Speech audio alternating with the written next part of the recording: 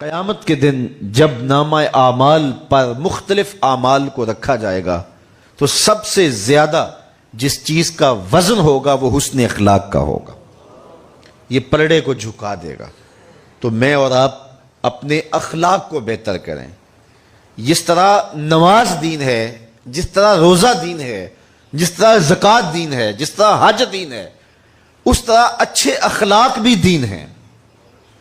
کسی کی غیبت نہ کی جائے، کسی کی چغلی نہ کی جائے، اور لوگوں کو جو ہے وہ خندہ پیشانی سے ملا جائے، لوگوں کے معاملات کی ٹو نہ رکھی جائے، خلق خدا کی بہتری کا سوچا جائے.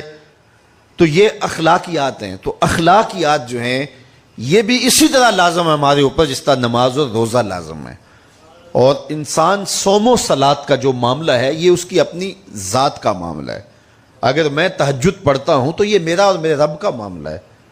تو میں اگر 5 گانا نماز پڑھتا ہوں، تہجد بھی پڑھتا ہوں، صلاۃ الاوابین بھی پڑھتا ہوں، چاشت بھی پڑھتا ہوں، اور دیگر نمازیں نوافل پڑھتا ہوں، اور پھر میں غصے میں پھرتا ہوں کہ لوگ حقیر ہیں اور میں اتنا بڑا نمازی ہوں، تو اس سے تو نے کوئی نفل نماز نہ پڑھی ہوتی اور لوگوں کو ہنس کے ملا ہوتا تو یہ اللہ کو زیادہ محبوب تھا. اللہ ایک اچھا انسان دیکھنا چاہتا ہے ہمیں، جس کے رویے خوبصورت ہوں، جس کا طرز تکلم خوبصورت ہو، جس کی گفتگو خوبصورت ہو. حضور علیہ الصلوۃ والسلام سے 2 خواتین کا ذکر کیا گیا. ایک کے صوم و صلات زیادہ تھے، نمازیں زیادہ تھی، لیکن اس کے اخلاقیات اچھے نہیں تھی. تو حضور علیہ الصلوۃ والسلام نے اس کے بارے میں فرمایا کہ وہ جہنمی ہے. اسی طرح ایک عورت کے بارے میں بتایا گیا کہ اس کے نماز روزے تو فرائض ہی بس ادا کرتی ہے، لیکن اس کے حسن اخلاق کی کہانیاں زبان زدام ہیں. تو حضور علیہ السلام نے فرمایا یہ خاتون جنتی ہے. تو اخلاق اچھے ہونے چاہیے. وہ شخص جو نماز پڑھے، زکوٰۃ دے، حج ادا کرے، ہر سال عمرے کو جائے، لیکن لوگوں کا حق بھی غصب کرے، لوگوں کے ساتھ زیادتی بھی کرے، اور جو ہے وہ اس کا لہجہ بڑا تلخ ہو، اللہ کو یہ پسند نہیں ہے. تو اپنے رویے، اپنا طرز زندگی، اپنا انداز معاشرت خوبصورت بنانا چاہیے. اس انداز سے زندگی گزارو کہ تمہارا وجود خلق خدا کے لیے ضرر کا سبب نہ ہو، رحمت کا سبب ہو. مخلوق کے لیے تم بہتریوں کی ضمانت بن جاؤ، اور تمہارے رویے لوگوں کے لیے راحتوں کا سامان ہو. تو اس میں سے چھوٹی چیزوں سے لے کر بڑی چیزوں تک جو ہے وہ چیزیں آتی ہیں. حتیٰ کہ حضور علیہ السلام نے فرمایا نیکی کو چھوٹا نہ سمجھنا.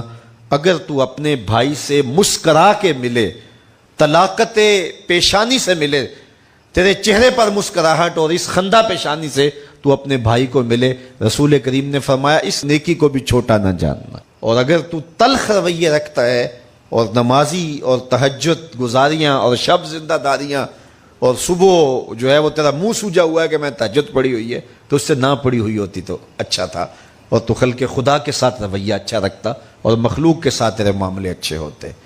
جب کوئی اس کی مخلوق پر رحم کرتا ہے، شفقت سے پیش آتا ہے، تو اللہ کی رحمتیں اس کے اوپر نازل ہوتی ہیں. کہ انسان کس طرح پہچانا جائے گا کہ وہ معاملات میں کہاں تک درست ہے؟ تو فرمایا خیرکم لأہلہ وانا خیرکم لأہلی. تم میں سب سے بہتر وہ ہے جو اپنے اہل خانہ کے ساتھ بہتر ہے، اور میں تم میں سب سے زیادہ اپنے اہل خانہ کے ساتھ بہتر ہوں. بہت سارے لوگ دوستوں سے ہنس ہنس کے ملتے ہیں، ان کی دعوت بھی کریں گے، بلائیں گے بھی، اور ان کی سخت اور گرم بات کو برداشت بھی کر لیں گے، یار دوستی نہ ٹوٹ جائے. اسی طرح وہ گاہک سے ہنس ہنس کے بات کریں گے، بڑا خوبصورت رویہ ہے، بڑے اعلیٰ اخلاق کا مظاہرہ ہو رہا ہے، بہت اچھی بات ہے، لیکن یہ نہیں پتا چلے گا کہ یہ بندہ اندر سے کیسا ہے. اس کا اصل گاہک سے ڈیلنگ کی وجہ سے نہیں کھلتا کہ وہ کیسا ہے، یہ اس کی کاروباری مجبوری ہے. اور گاہک سے منہ پھیریں گے تو وہ روٹ کے چلا جائے گا کہ اسے تو بولنے کی تمیز نہیں ہے. دوستوں سے اگر ہنس ہنس کے بات نہیں کریں گے تو پھر دوستیاں ٹوٹ جائیں گی، وہ کہے گا میں کوئی اور ڈھونڈ لیتا ہوں.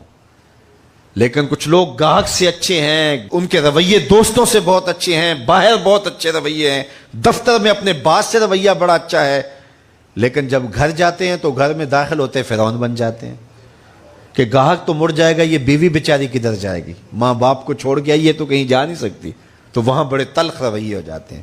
تو یہاں پتہ چلے گا اصل چہرہ کسی شخص کا یہاں کھلتا ہے کہ وہ اپنے اہل خانہ کے ساتھ معاملہ کیا کرتا ہے.